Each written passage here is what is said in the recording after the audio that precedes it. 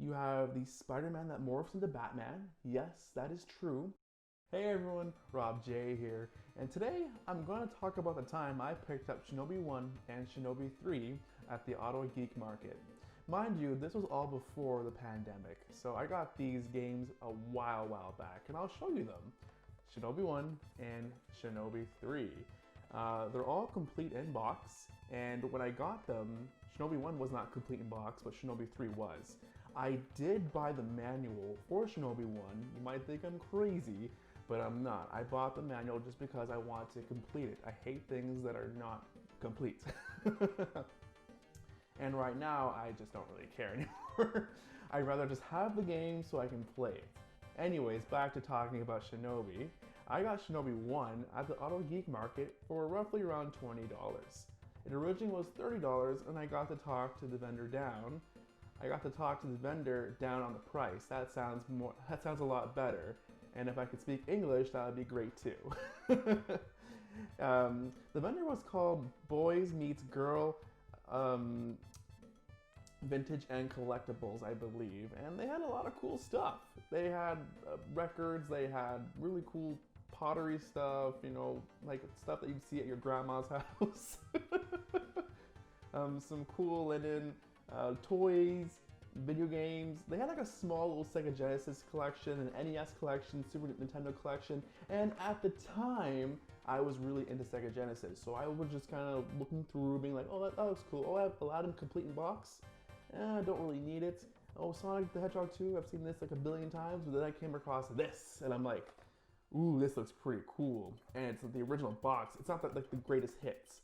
I don't mind seeing the greatest hits, but you know, seeing the original cover art on the case looks badass. I have the Golden Axe one that's the greatest hits. I'm just like, I wish I got it when it was like this, not with the greatest hits. But anyways, talked him down from 30 to 20, and he was pretty cool. I got to talking to him also about toy collecting, because I used to do toy collecting as well. I used to collect Uncanny X-Men toys. Not so much anymore. And the reason why I collected Uncanny X-Men toys was because I played with them a lot during my childhood. I had Iceman, Colossus, Cyclops, Wolverine, Sabretooth. I had a lot of the Uncanny X-Men toys. I really wanted the Sentinel one. I'm getting off track here, I'm sorry. Got this complete. Went around the Auto Geek Market again. It was like in a little hockey rink kind of area. And when I was walking around, I saw a bunch of vendors. I'm like, oh, that looks cool. That looks cool. That's too expensive. I came back to the same vendor again where I got this one, and I saw Shinobi 3. And I'm like, really? Really? Where did this come from? And he was like, it was there. It was there the whole entire time. I guess I just missed it. But anyways, I looked at it and I'm like, huh, Shinobi 3, this is pretty cool. Opened it up and I looked at the cartridge. Look at it. It's got a little label wear there, like a little tear, like someone was just trying to scratch something off. But I'm like, I gotta take this home. I asked him how much it was. He said it was 30. Again, I talked him down to 20. And he also said, you know what, man, you're a cool guy, you collect toys. I'll give it to you for 20. So 2 games for 40 bucks. That's unheard of right now. Especially for Shinobi 3 and Shinobi 1. You can't get those 2 for 40. That's impossible now. I feel like I look on eBay and I see this by the cart itself, but probably for 20, but complete. I would say 40, and this one complete, maybe 50. I could be wrong, but that's nuts. Like 90 bucks versus 40 bucks. I got a good deal. And like, I do feel bad for haggling people, but you know, I gotta save a buck somewhere, right? And I know back in the early 2000s, this was probably like a $10 game, and since the retro scene has gone up a lot, these games are they're worth a fortune now. Like I have Splatterhouse 3, and that's worth like 200 bucks, so that's insane. But anyways, back to the Shinobis.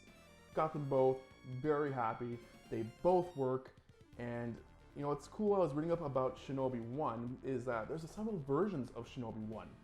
There's version 1, there's version 2, there's version 3, and I think there's version 4.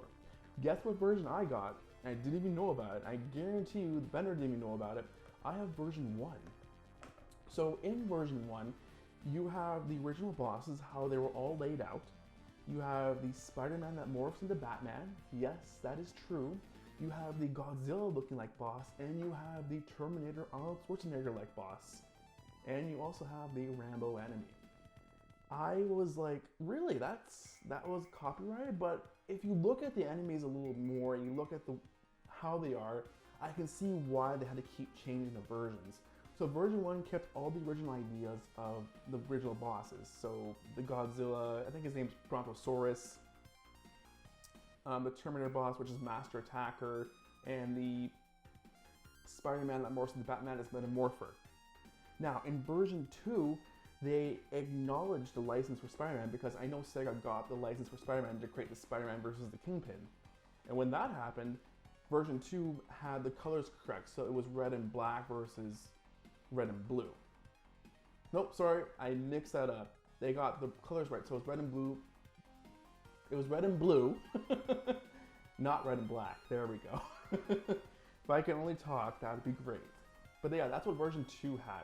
It had the correct colors and acknowledged the Marvel copyright. But the Spider-Man boss didn't morph into Batman anymore.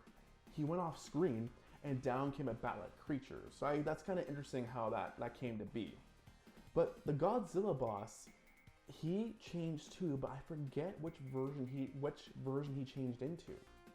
Because I'm pretty sure he changed into a skeleton-like Godzilla boss, which makes sense, because if you look at the character, if you look at the boss, you can see how it resembles Godzilla. There's no question about it. So they really did mess up there, but the boss is fun to beat. He's pretty easy to beat. So it sucks. It sucks that they had to change their original idea and keep changing it. And then upon the last version of Shinobi, what happened was the copyright was gone, so they couldn't use the character anymore, and they just turned that Spider-Man sprite pure pink.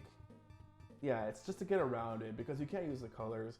And the boss still acts the same. It still shoots webs. It goes down from like its web, but you can't really say it's Spider-Man anymore. It's just like a pink guy who shoots webs. So yeah, but that's a cool little like tidbit about this game. It's just, you know, it went through several versions, and the version I got was version 1. So I'm pretty stoked about that. And gotta love the old classic cover art too. It's pretty sick. And Shinobi 3, I'm not thrilled about the cover art. Sorry about the glare there. It looks okay, but like if you saw this on the shelf and you're walking by and you're just like, let's see this game. Oh, it's Shinobi 3. Oh, it's a ninja. That's pretty cool. It doesn't have like the same impact as this. You're like, whoa, what's he determined about? Who's that guy in the back there? Literally, his name is the boss. If you look in the manual, it's true. I'm not lying. But if you look at this does not represent the game at all, I find. Because if you look at the bosses, there's a boss that's called the Hydra or the body weapon, and you would not know a boss like this from looking at this game.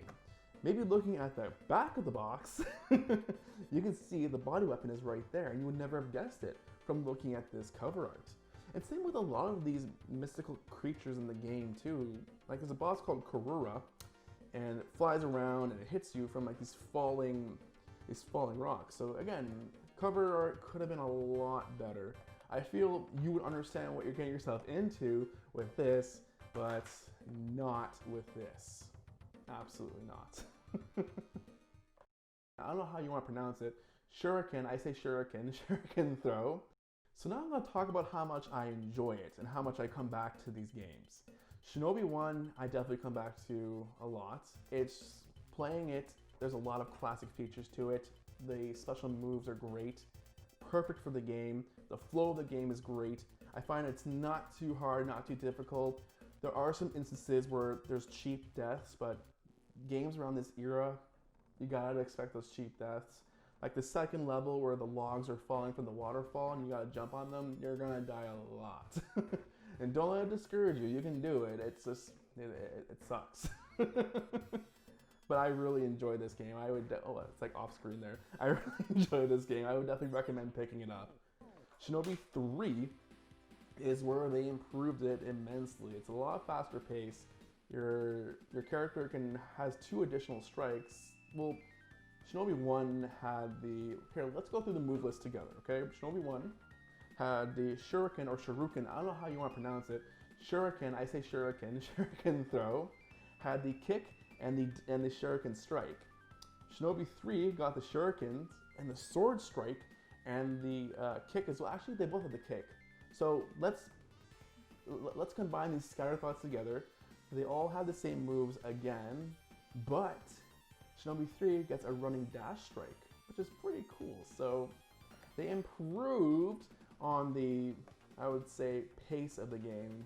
Like, you feel overpowered in this game completely because you're just killing everything in sight with your sword strike, with your dash and dash strike. It's a lot of fun. You're just on the edge of your seat.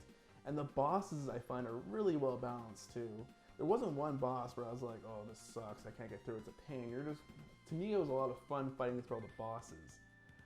So I would say I would definitely enjoy this game as well. So if you have the time and you can find these games for cheap, I would definitely recommend picking them up. You're not going to regret. You're going to have a fun time picking these two up. Because you might get frustrated with this, but you'll see how well polished this is. But you might come back to this for more of a challenge, but you might want to come back to this because you feel overpowered. So yeah, I would recommend both of them for sure. There's not one where I'm just like, oh, I don't want to play this game. No, you want to play both of these games. Thank you so much for watching. And be sure to check out my easy boss fight guides on these games. Remember, if you liked what you saw, please like, comment, and subscribe. I'm RobJ, thank you for entering the Nova, and I'll see you next time. Take care.